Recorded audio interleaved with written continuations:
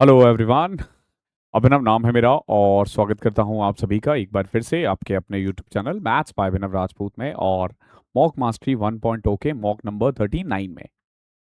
I hope आप लोगों की पढ़ाई अच्छी चल रही होगी और आप रेगुलर भी होंगे। रेगुलर होना बहुत ज़रूरी है।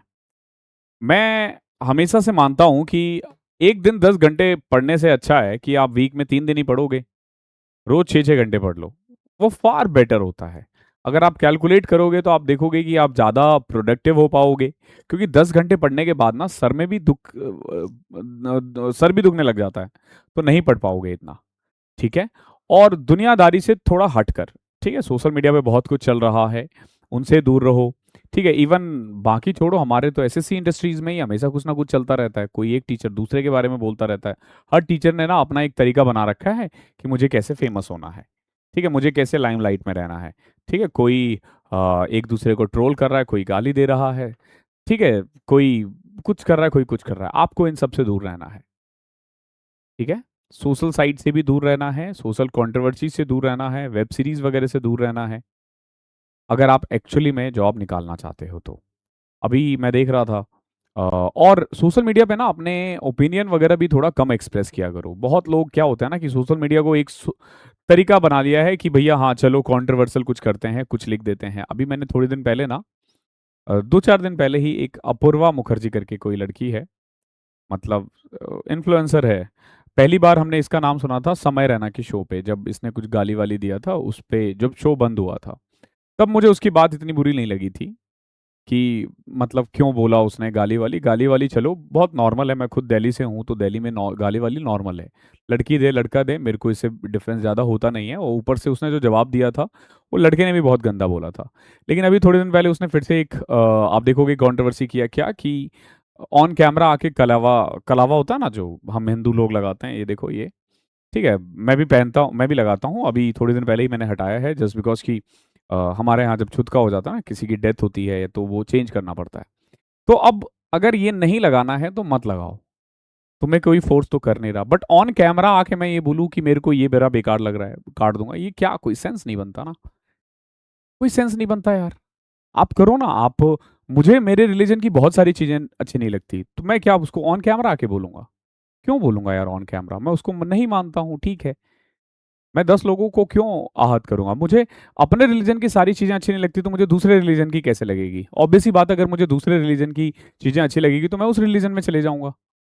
ठीक है, लेकिन मैं अपने रिलीजन में हूं तो इसका मतलब ये नहीं ना कि मैं दूसरे को गाली दूं, दूसरे रिलीजन को गंदा बोलूं।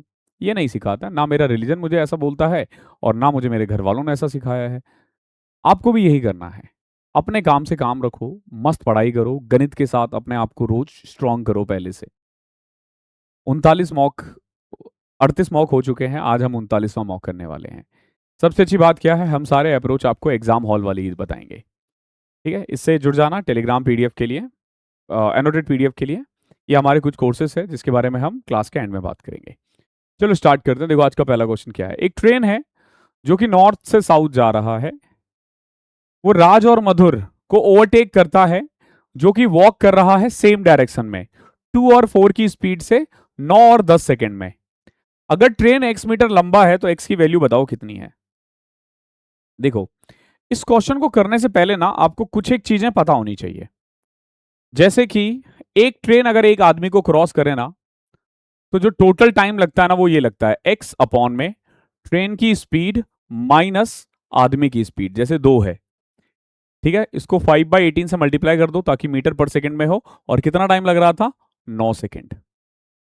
ठीक है, ये जब वो पहले वाले को ओवरटेक कर रहा था। लेकिन जब ये दूसरे वाले को ओवरटेक करेगा, आप देखोगे ना, जब ये दूसरे को ओवरटेक करेगा तो उस केस में आ जाएगा x अपॉन में, देखो ट्रेन की स्पीड तो a रहने वाली है, दूसरे की स्पीड 4 है, 5/18 में कन्वर्ट करना ना भूले। कितना टाइम लग रहा था? 10 सेकेंड। ये दो स्टेटमेंट बनेंगे, वहां से आप पहले a निकालोगे फिर x निकालोगे। ठीक है, क्या करो? डिवाइड कर दो। जब आप डिवाइड करते हो ना, ये हो गया, x से x भी कैंसिल हो जाएगा। a-4 अपॉन में a-2 इज इक्वल टू 9/10 आ गया। Now 10a-40, 9a-18। तो आप देखोगे a की वैल्यू आ जाएगी 22 किलोमीटर पर आवर। ये उस ट्रेन की स्पीड है, उस ट्रेन की स्पीड है। अब देखो उस ट्रेन को ना अपोजिट डायरेक्शन में 2 किलोमीटर पर आवर की स्पीड से एक आदमी को क्रॉस करने में 9 सेकंड लग रहा है। तो यहां आप देखोगे कि जो रिलेटिव स्पीड होगा ना, ट्रेन की 22 है, उस आदमी की 2 है, तो 20 हो चुका होगा। कितना? 20। अब ये देखो कि 20 के स्पीड से कोई ट्रेन 9 सेकंड में कितना चल सकता है। ये उसकी लेंथ होगी। आपसे लेंथ ही तो पूछा है ना। 9 से कट किया, 2 से कट किया 10, 10 5 जा 50। अच्छा सवाल है, इवन बहुत अच्छा सवाल है। क्वेश्चन नंबर दूसरा देखो। X A B X C D 2 second है एक सर्कल में। ये एक सर्कल है जैसे, इसी क्वेश्चन को ऐसे पूछा जाता है कि ए बी एक कॉर्ड है, सी डी एक कॉर्ड है, जब प्रोड्यूस हो रहा है तो एक्स पे मिल रहे हैं एक दूसरे को। ठीक है, तो जब कभी भी दो कॉर्ड मिले, चाहे बाहर मिले या अंदर मिले, जो मीटिंग पॉइंट होता है ना, इससे एक बार एक्स बी का डिस्टेंस, एक बार एक्स ए का डिस्टेंस, सेम एक बार एक्स डी का डिस्टेंस, और एक बार आपका एक्स सी का डिस्टेंस। ये ध्यान रखना है आपको। दे क्या रखा है? एक्स से दे रखा है 18, ये पूरा 18 है, और ए बी बाई है, सॉरी ये ए है ये बी है, ठीक है ठीक है, कोई दिक्कत नहीं है। ये सी है ये डी है। एक्स ए 18 है, ए बी 22 है। ठीक है, मतलब क्या हुआ? मतलब ये हुआ 18 और एक्स ए कितना है, हाँ 18, और एक्स बी हो जाएगा 40, इज इक्वल टू एक्स सी 28 है, एक्स डी बताओ कितना होगा। ठीक है, 4 से कट करें, हाँ हाँ, एक्स सी 24 है, सॉरी वही मैं सोचूं। 6 से कट किया 3, 4, 4 से कट किया 10, 10 गुना 3 30। अच्छा क्वेश्चन था ये भी। थर्ड क्वेश्चन देखो। एक ऑफिस है जिसमें ना 1200 एम्प्लॉय है। ठीक है, कितने एम्प्लॉय है? 1200। जो रेशियो है ना अर्बन टू रूरल, वो 8:7 है। देखो 1200 में, 1200 में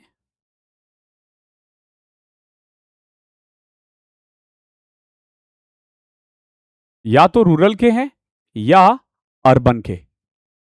ratio of urban to rural 8:7 है, यानी 640 अर्बन और 560 रूरल।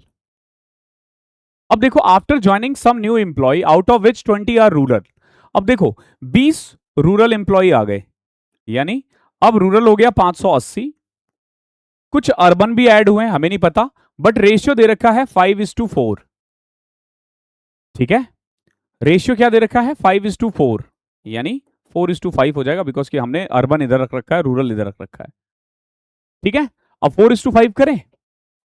देखो कैसे, 29, 145, 145 को 5 से करोगे 725 आ जाएगा। अब देख लो 640 से 725 हुआ है, कितना बड़ा? 85। सेम क्वेश्चन रेलवे के एग्जाम में भी रिपीट में आया है और एसएससी में भी आया है। यहां देखो कॉस ए माइनस साइन ए दे रखा है, आपसे पूछा है sign A into cos A कितना होगा।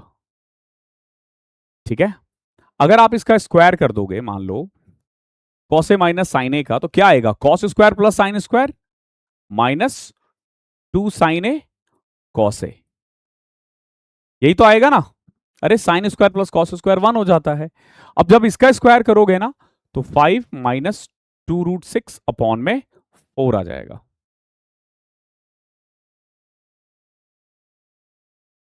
ठीक है, अब उसको उधर इसको इधर ले आओ, या फिर चलो -2 साइन ए कॉस ए। अब ये 1 उधर जाएगा माइनस, तो आप देखोगे 1 माइनस 2√6 अपॉन में 4। 2 को उधर ले आओगे ना, तो साइन ए कॉस ए की वैल्यू पूछा है ना आपसे, तो एक तो 8 हो जाएगा, 2√6 ऊपर हो जाएगा, -1 हो जाएगा। ऑप्शन नंबर बी, फोर्थ का। अच्छा क्वेश्चन है। पांचवा देखो, द वैल्यू ऑफ 1 अपॉन में cosec minus cot minus 1 upon में साइन। अभी देखो ऐसे क्वेश्चंस करने के दो तरीके होते हैं, या तो आप बेसिक से करो या वैल्यू पुट करके करो। दोनों में बहुत ज्यादा डिफरेंस नहीं होता है। 45 नहीं पुट कर पाओगे, क्यों नहीं पुट कर पाओगे? क्योंकि कॉट और टेन सेम है, सेक और कॉसेक सेम हो जाएगा। कोई और वैल्यू पुट करोगे आ जाएगा। ठीक है, बाकी आप इसको बेसिक से भी कर सकते हो। कैसे? देखो 1 अपॉन में कॉसेक का फॉर्मूला 1 बाई साइन होता है, और कॉट का फॉर्मूला कॉस बाय साइन होता है। इन शॉर्ट आप देखोगे साइन ऊपर चले जाएगा 1 माइनस कॉस, और कॉसेक 1 माइनस साइन है ना ये, ठीक है, अपॉन में 1 माइनस साइन। हाँ, अब देखो sine square minus 1 plus cos is equal to 1 minus cos into sine. अभी देखो साइन स्क्वायर को अगर आप 1 माइनस कॉस स्क्वायर लिखते हो ना,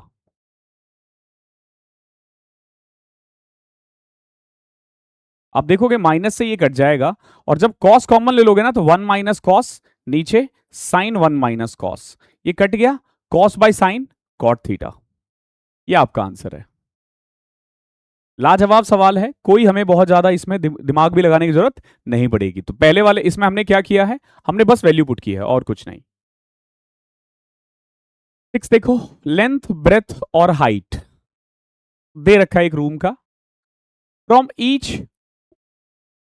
each can of paint 40 square metre of area is painted, how many can, अच्छा सॉरी कैन है वो, हर कैन से ना 40 स्क्वायर मीटर एरिया को आप पेंट कर सकते हो। तो ये बताओ मुझे कि टोटल मुझे कितने कैन की रिक्वायरमेंट पड़ेगी, ये आपसे पूछा गया है।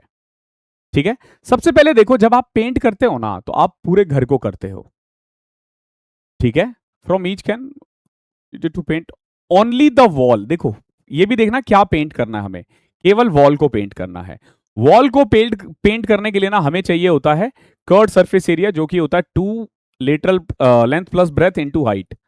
इसी को लेटरल सरफेस एरिया भी कहते हैं। लेंथ और ब्रेथ कितना है, 15 प्लस 9 24 गुना में हाइट, हाइट कितना है 5। अभी देखो हम एक पेंट से ना इतना एरिया पेंट करना है, और एक पेंट में एक कैन में इतना पेंट होता है 40। अब देखो 5 2 10, 4 कटा, 4 से कट करोगे ना इसे 6 आएगा, यानी वी नीड 6 पेन। हमें अगर इसको पेंट करना है तो 6 पेन चाहिए। आसान था। 7 देखो, एक मोटर बोट है जिसकी स्पीड है 15। A motorboat whose speed is 15 km per hour in still water goes 50 km downstream and comes back in a total 7 hour 30 minute। देखो 50 किलोमीटर गया है और 50 किलोमीटर वापस आया है 7.5 घंटे में। पूछा स्ट्रीम की स्पीड कितनी होगी। देखो गया और आया दोनों 7.5 घंटे में। जब वो जा रहा होगा ना तो उसकी स्पीड होगी 15 प्लस जो भी स्ट्रीम है उसकी स्पीड। जब वो आ रहा होगा ना तो उसकी स्पीड होगी 15 माइनस जो भी स्ट्रीम होगी, और टोटल टाइम कितना लगा है 15/2। देखो आप सॉल्व कर सकते हो बिल्कुल, 50 कॉमन लेके कट कुटा के कर ही दोगे, लेकिन पहला कोशिश क्या करो कि ऑप्शन के साथ जाना। जैसे क्या क्या रख सकते हैं, सबसे पहले 5 रख के देखते हैं। जब मैं 5 रखता हूं ना 20, तो ये 2.5 घंटे हो जाएगा, और यहां पे 15 में से 5 10, 10/50 5, और इन दोनों को ऐड करता हूं ना तो आप देखोगे 7.5 आ रहा है, यानी ए ही आंसर है। फिर क्यों सॉल्व करना, आई होप क्लियर होगा क्वेश्चन नंबर 7 तक। एक तो जब हम एडिटिंग पे लगा लेते हैं ना वीडियो, और फिर अगर क्लास चल रही होती है तो बफरिंग होती है। होपफुली क्लास में ना दिखे ऐसा। मैं ना वीडियो को रोक के दोबारा स्टार्ट करता हूँ। तो आई होप अब ठीक होगा। चलिए, सिस्टम में ना जब एडिटिंग चल रही होती है ना, लास्ट वाले मॉक का एडिटिंग चल रहा है, तो चल रहा था तो मैं साथ में शूट करने लग गया, उसके चक्कर में ना बार बार हैंग हो रहा था। उसके चक्कर में आपने देखा होगा कि ऑडियो और वीडियो जो है ना वो सिंक्रोनाइज नहीं हो रहा था। बाकी सॉरी उसके लिए। चलो क्वेश्चन नंबर 8वां देखते हैं। 20,609 को ए और बी में इस तरीके से डिवाइड करो कि ए को आफ्टर 7 ईयर उतना ही पैसा मिले जितना बी को मिले 9 साल बाद। इंटरेस्ट कंपाउंड इंटरेस्ट है 3%। ठीक है, देखो सबसे पहली बात, ए को 7 साल के लिए दे रहे हो आप और बी को 9 साल के लिए, और दोनों का पैसा बराबर होना चाहिए। ठीक है, तो ध्यान रखना जिसको कम समय के लिए दे रहे हो ना उसको ज्यादा पैसा मिलेगा, और जिसको ज्यादा समय के लिए दे रहे हो ना उसको कम पैसा मिलेगा। जैसे 10,609 है तो इसका आधा क्या होता है 10,304.5। ठीक है, एक को इससे ज्यादा मिलेगा, एक को इससे कम मिलेगा। तो आप देखोगे कि ये बंदा ना इंटरेस्ट कम समय के लिए ले रहा है लेकिन पैसा बराबर ही ले रहा है, तो यानी एक ही वैल्यू 10,304 से ज्यादा होना चाहिए, जो कि इन्हें भी भली बात ही पता है और सारी वैल्यू ज्यादा दे रखी है। तो आपने ये वाला ट्रिक तो छोड़ दो, ये वाला नहीं लगा, ये वाला देखने में 10 सेकंड लगता है। अब देखो, मान लो आपने ए को ए रुपए दिया है, 7 साल बाद इसको कितना मिलेगा, 1 प्लस में 3/100 की पावर 7। मान लो बी को आपने बी रुपए दिया है, तो 9 साल बाद कितना मिलेगा, इतना। ठीक है, अब आप देखोगे जब आप इसको कट करोगे ना, तो ये पावर माइनस में चले जाएगा, तो ए और बी का इनडायरेक्टली रेशियो आ जाएगा 103 का square which is equal to 10609 और 100 का square which is equal to 10,000। यानी ए और बी को जो पैसा मिलना चाहिए ना, वो इस रेशियो में मिलना चाहिए। और देखोगे 20,609 को जब इस रेशियो में बांटोगे ना, तो एग्जैक्ट यही वैल्यू आ जाएगी। वैसे भी आसानी है। 9 देखो, एक्स स्क्वायर प्लस 1 अपॉन में एक्स स्क्वायर दे रखा है 1, पूछा है इन सब की वैल्यू।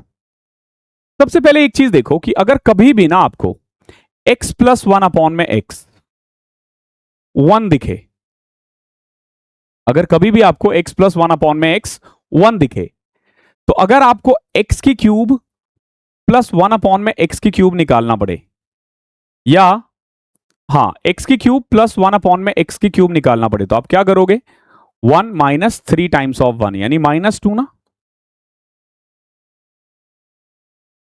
इसका मतलब क्या है कि x की क्यूब जो है ना वो -1 के बराबर है।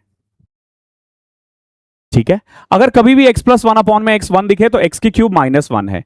यहां अगर आप इस क्वेश्चन में देखते हो ना, तो एक्स स्क्वायर प्लस 1 अपॉन में एक्स स्क्वायर जो है ना वो 1 है, यानी कि x की पावर 6 जो है ना वो -1 आएगा। ठीक है, अब वैल्यू पुट करना स्टार्ट कर दो। x की पावर 48 यानी -1 की पावर 8, 6 की पावर 8 होगी ना। यहां देखो -1 की पावर 7, अगला हो जाएगा -1 की पावर 6, अगला हो जाएगा -1 की पावर 5, फिर -1 की पावर 4, यही चलेगा। तो आप देखोगे गौर से ना, ये पॉजिटिव वैल्यू आएगी, ये नेगेटिव कट जाएगा, ये दोनों कट जाएगा, ये और ये भी कट जाएगा, ये और ये भी कट जाएगा, सब कट जाएगा, तो बचेगा क्या, 1। ओके, ये ध्यान देना चाहिए आपको। ओके, आई होप क्लियर होगा। क्वेश्चन नंबर 10 देखो, एक और आता है इसमें से, सेम इसी पैटर्न पे बेस्ड होता है, वो भी करवा देता हूं। अगर x प्लस 1 अपॉन में x √3 हो, तो आप देखोगे x की क्यूब प्लस 1 अपॉन में x की क्यूब जो है ना वो आ जाएगा इसका क्यूब -3√3, तो 0 आ गया ना। उस केस में आप देखोगे x की पावर 6 की वैल्यू -1 आती है। ध्यान रखना ये स्टेटमेंट, अगर x प्लस 1 अपॉन में x √3 है तो x की पावर 6 -1 होता है। चलो 10वां देखो, जो प्राइस है ना 7.5% डाउन हुआ है, उससे एक शॉपकीपर जो है ना 15 केजी ज्यादा खरीद पा रहा है, कितने में, 7400 में। अगर वो 32% 0.5% प्रॉफिट कमाना चाहे तो कितने में बेचना पड़ेगा उसे, यानी एक्चुअली में कॉस्ट प्राइस, सेलिंग प्राइस कितना होगा। देखो 7.5% कॉस्ट कम होने से एक आदमी 15 केजी ज्यादा खरीद रहा है, कितने में, 7400 में। In order to make a profit of 32.5, यानी अगर वो 32.5% कमाना चाहे, ठीक है, तो 1 किलो कितने में बेचना पड़ेगा, आपसे ये पूछा गया है। देखो सबसे पहले तो ये देखो, 7.5 का मतलब होता है 3/40, यानी प्राइस हो गया 40 से 37, तो क्वांटिटी कितना हो जाना चाहिए, 37 से 40। देखो ये प्राइस है, ये क्वांटिटी है, हमें इसका डिफरेंस जो है ना अभी 3 आ रहा है ना, इसको 15 करना पड़ेगा, तो 5 से मल्टीप्लाई कर दो। मतलब ये हुआ कि पहले वो 185 केजी खरीद रहा था, अब वो 200 केजी खरीद रहा है। ठीक है, 7400 रुपए में अगर प्री रिडक्शन कॉस्ट कितना था, 185, यही था ना, यानी पहले का प्राइस ये था, 7400 में 185 केजी खरीद रहा था, तो पहले का कॉस्ट प्राइस ये था। अब ये 32.5% कमाना चाहता है। 32.5 को अगर मैं फ्रैक्शन में लिखूं तो कितना आ जाएगा, देखो 32.5 अपॉन में 100, एक 0 और लगा दो, अब 25 से कट करोगे ना 13 अपॉन में 40 आएगा। तो अगर 13/40 कमाना चाहो तो आपको कितने में बेचना पड़ेगा? 53/40 में। ठीक है, 0 से 0 कैंसिल, 18 चौके 72, 4 से 4 गया, 53 आपका आंसर है। बहुत प्यारा क्वेश्चन है, इजी भी है।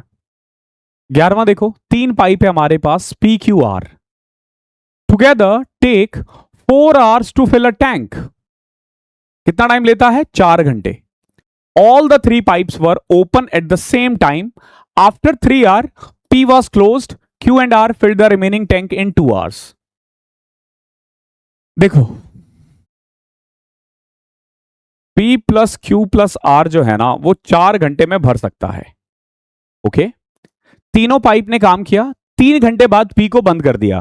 समझो, P plus Q plus R ने मिलकर 3 घंटे काम किया।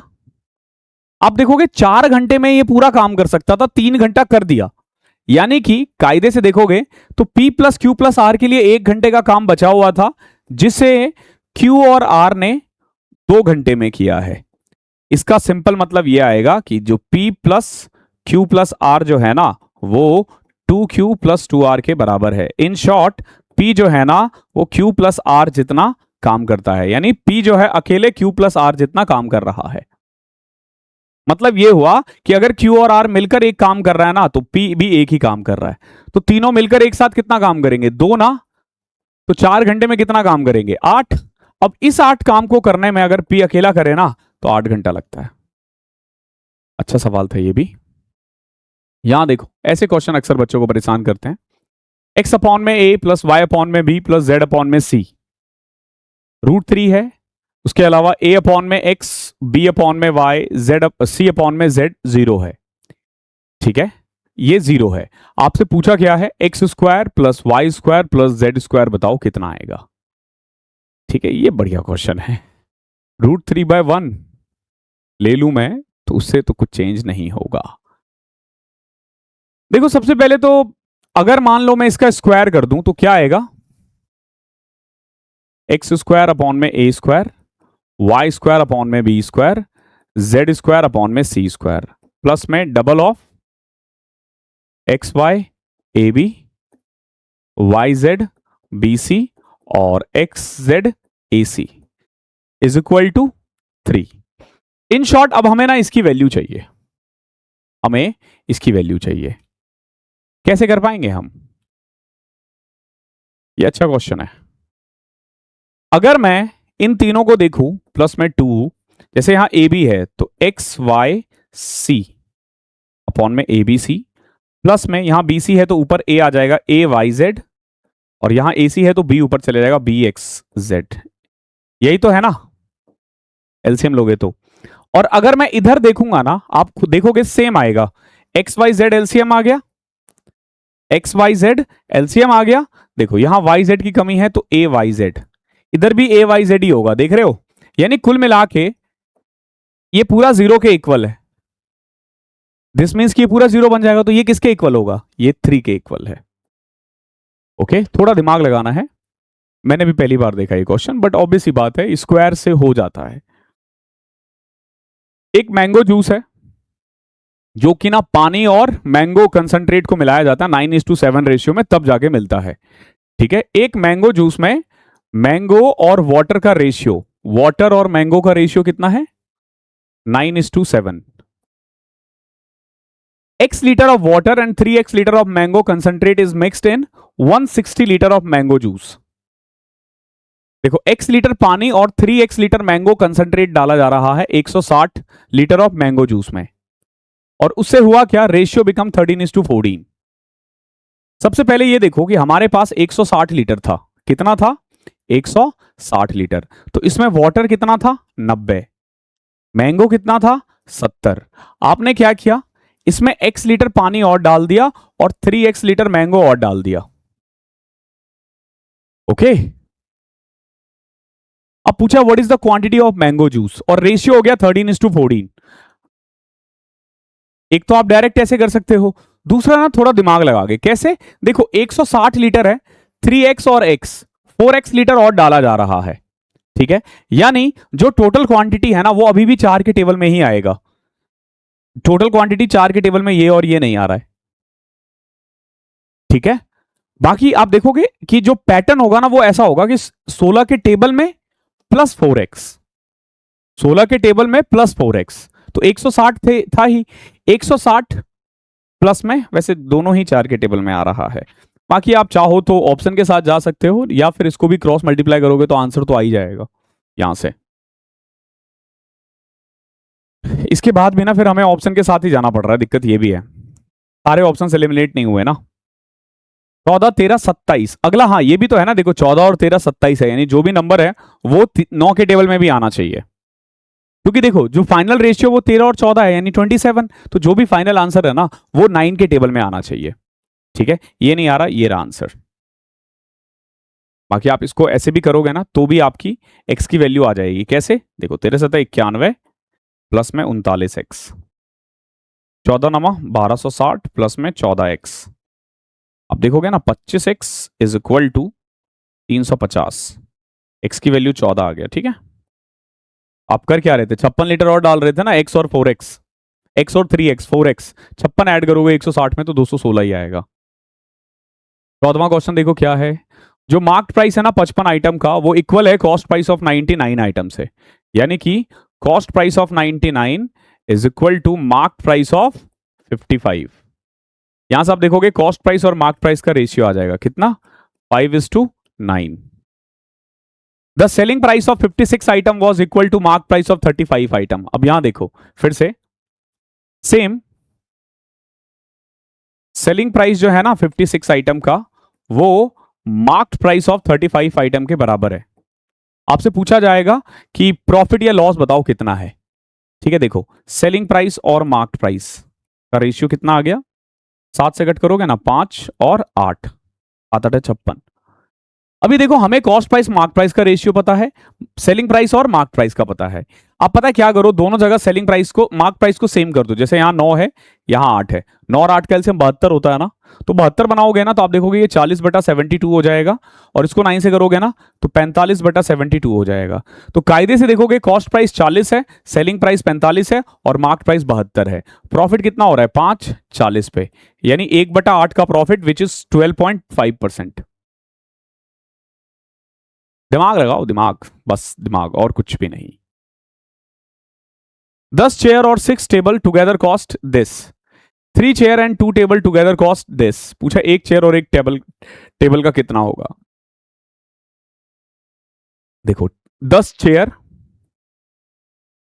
और 6 टेबल 5140, 3 चेयर और 2 टेबल का प्राइस 1635। अभी ना थोड़ा दिमाग लगाओ, हमें 1 बाय 1 वैल्यू निकालनी है, एक चेयर की एक टेबल की। कैसे कर सकते हो, बराबर तो है नहीं, ऐड करोगे प्लस करोगे माइनस करोगे तो भी बराबर नहीं होगा। तो एक काम करते हैं ना, इक्वेशन को बराबर करते हैं। जैसे यहाँ 2 टेबल है वहां 6 टेबल है, तो इसको 3 से मल्टीप्लाई करेंगे तो टेबल से टेबल कैंसिल। अब देखो 10 चेयर में से 9 चेयर घटाओगे ना तो चेयर आएगा, चेयर की वैल्यू आ जाएगी 5140 माइनस 16 3 48 4905। तो ये रहा चेयर का प्राइस कितना, 235। 235 पुट कर दो, 23 3 69 705 930 आ गया ना। टेबल का प्राइस आ जाएगा 415 यानी 465, ऐड करोगे 700 आ जाएगा। थोड़ा दिमाग लगाना है, प्लस माइनस करना है और कुछ भी नहीं। एक इलेक्शन हुआ है, 2 कैंडिडेट है, पी को 42% वोट्स मिले हैं वैलिड वोट के, क्यू 45,360 वोट से जीता है, 20% पीपल ने कोई वोट नहीं दिया है, 10% वोट्स इनवैलिड है। Okay, what is the total number of votes registered in the poll booth. पूछा कितना होगा टोटल। देखो सिंपल सी बात है, इसको एक लाइन में किया करो। जैसे देखो पी मान लिया टोटल वोट, कितने लोगों ने वोट दिया, 20% ने दिया नहीं, यानी 80% ने दिया, विच is equal to 4/5।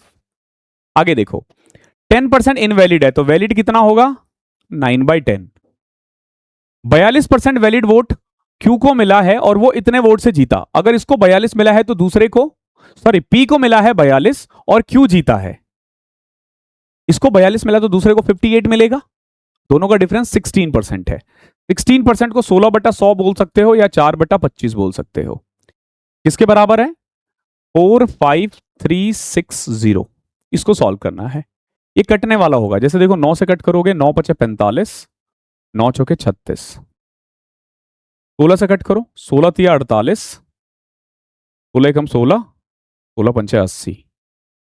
Now P is equal to 25 गुना 5 गुना 315। ये तो बढ़िया है यार। 315 को 125 से करना पड़ेगा।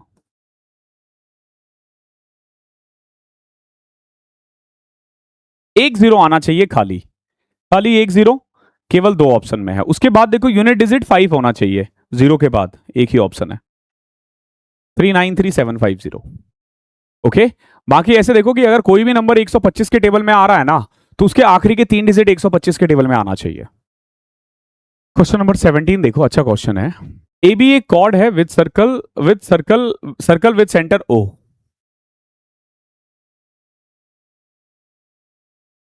ठीक है, ए बी एक कॉर्ड है विद सेंटर ओ। एक लाइन सेगमेंट है D O C, originate from a point D on the circumference of the circle in major segment. देखो ये क्या कह रहा है, एक पॉइंट है डी जो कि मेजर सेगमेंट ये वाला पार्ट होता है, ठीक है, जिसको हम दीर्घ खंड कहते हैं, यहां से मिल रहा है, और ये ए बी को सी पे जाके मिल रहा है। देखो ये डी है, ये ओ है, ये सी है। ठीक है, इसके अलावा बीसी और ओडी बराबर है, ये कह रहा है। ठीक है, ओडी और बीसी बराबर है। ठीक है, आपसे पूछा है एओडी बताओ कितना होगा। थोड़ा दिमाग लगाना। ये 30 है, ये आर है, ये भी आर है, ये भी आर है, और ये भी आर है। ऐसा मैं नहीं कह रहा हूं, ये सवाल कह रहा है। ठीक है, तो आप देखोगे अगर ये 30 है तो ये भी 30 है, उस हिसाब से ये 60 आ जाएगा। ये 60 है तो ये भी 60 है, 120, ये भी 60 हो जाएगा। आप देखोगे ये 60 है, ये 30 है, तो इनडायरेक्टली ये 90 आ गया ना। ठीक है, इनडायरेक्टली ये 90 आ गया। आसान था ये तो। एओडी ही पूछा आपसे। एक एग्जाम हुआ है जो एवरेज मार्क्स है ना स्टूडेंट का पर पेपर वो 71 है। If you would have obtain 35 more marks in science, देखो 35 more in science, 11 more in history, 4 more in computer, his average would have been 66। देखो एवरेज 71 से 76 हो गया, यानी कितना एवरेज बढ़ा? 5। एवरेज कितना बढ़ा? 5, जबकि मार्क्स कितना बढ़ा है?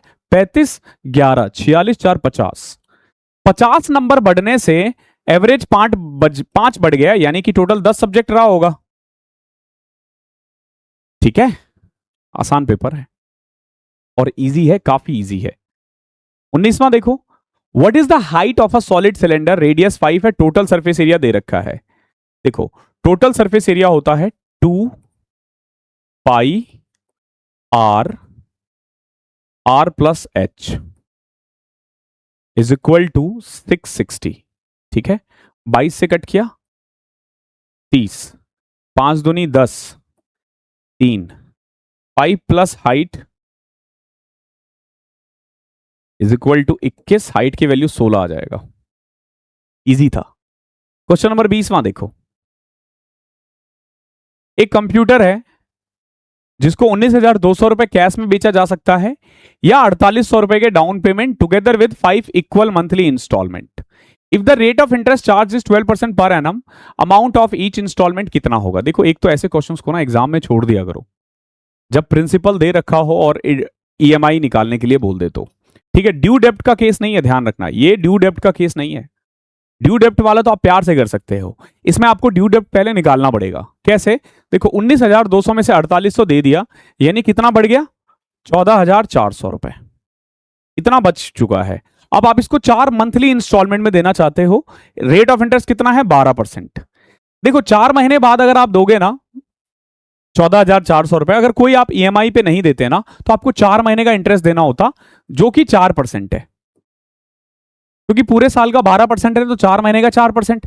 लेकिन आपने क्या किया, आपने सोचा कि भाई एक काम करते हैं, मैं ना ईएमआई दे देता हूं, ईएमआई में थोड़े पैसे बच जाएंगे, ठीक है, थोड़े पैसे बच जाएंगे। ऑप्शन बहुत क्लोज है तो सॉल्व ही करना पड़ेगा। तो पहले ना आपको क्या करना पड़ेगा, ड्यू डेप्ट निकालना पड़ेगा। कितना, ड्यू डेप्ट, यानी 14,400 प्लस 4%, इसका 4% कितना आएगा, 14 चौके 56, 576, 14,976 रुपए। अगर मैं कोई ईएमआई ना पे करूं ना तो 4 महीने बाद मुझे इतना पे करना पड़ेगा, लेकिन मैं ईएमआई पे कर रहा हूं, मैं ईएमआई पे कर रहा हूं। और कितना ईएमआई है वो आपसे पूछा है, 12% है साल का, तो मंथली कितना होगा, 1%, 4 महीना है ना, तो क्या करोगे, देखो 100 100 100 100, इसमें एक ऐड करोगे, इसमें 2, इसमें 3, इसमें कुछ नहीं, यानी कि ये जो 14976 है ना, ये ड्यू डेप्ट है, कितना, 400, 3, 2, 5, 1, 6, 406 की वैल्यू है। चाहिए किसकी, 100 की, इसे निकालना पड़ेगा आपको, ठीक है। तो ये मोस्ट ऑफ द केसेस में, ये तो 3,000 से भी ज्यादा जा रहा है यार, 48 4, सॉरी यार, 5 इक्वल मंथली इंस्टॉलमेंट है, 5 है यार, एक ये वैल्यू हो जाएगी अब 5 5 4 3 7 2 9 1 10, 510 की 4% को 5% कर दो, 5% तो और आसान है, 720, 21,000 नहीं, 14, 15,120, सॉरी बीच में मे बी स्टोरेज के चक्कर में बंद हो गया था, तो हमने कुछ डिलीट करके दोबारा किया। ठीक है, ये मतलब काटने में ही गलती हो रही है शायद, 0 से 0 गया, 51 इंटू में 3 नहीं होगा, 2 होगा, ठीक है 102 492, 9 से किया 29 करके, कितना ऑप्शन है, देखो 2 ऑप्शन गया, 459 630। अब किससे करना पड़ेगा, 51 को 59 60 330 6 से 2965 के आसपास, ठीक है, ये इसका आंसर है। आई होप क्लियर होगा, अच्छा पेपर था, लेवल भी थोड़ा इसका अच्छा था। और अगर आप चाहते हो ऐसे ही आप भी पेपर को सॉल्व करो एक बढ़िया तरीके से, एक बढ़िया अंदाज में, with concept clarity, calculation strong करके, ट्रिक्स के साथ, तो आप बुनियाद बैच से जुड़ सकते हो। ये 2027 का बैच है। 26 के लिए आप हमारा द 100 Hours 1.0 कोर्स जुड़ सकते हो, ठीक है। ये दोनों ही हमारे फाउंडेशन बैच है, दोनों ही बेसिक से पढ़ाया गया है। इस बैच की ड्यूरेशन 100 घंटे की है, इस बैच का ड्यूरेशन करीब 150 घंटे की होगी, ठीक है। 150 घंटे में हम लोग करीब 5 से 6,000 क्वेश्चंस करने वाले हैं, अलॉन्ग विद मेंस बैच भी इसमें ऐड होगा free of cost. Thank you so much, जल्दी मुलाकात होगी आप लोगों से, तब तक के लिए पढ़ाई करते रहना।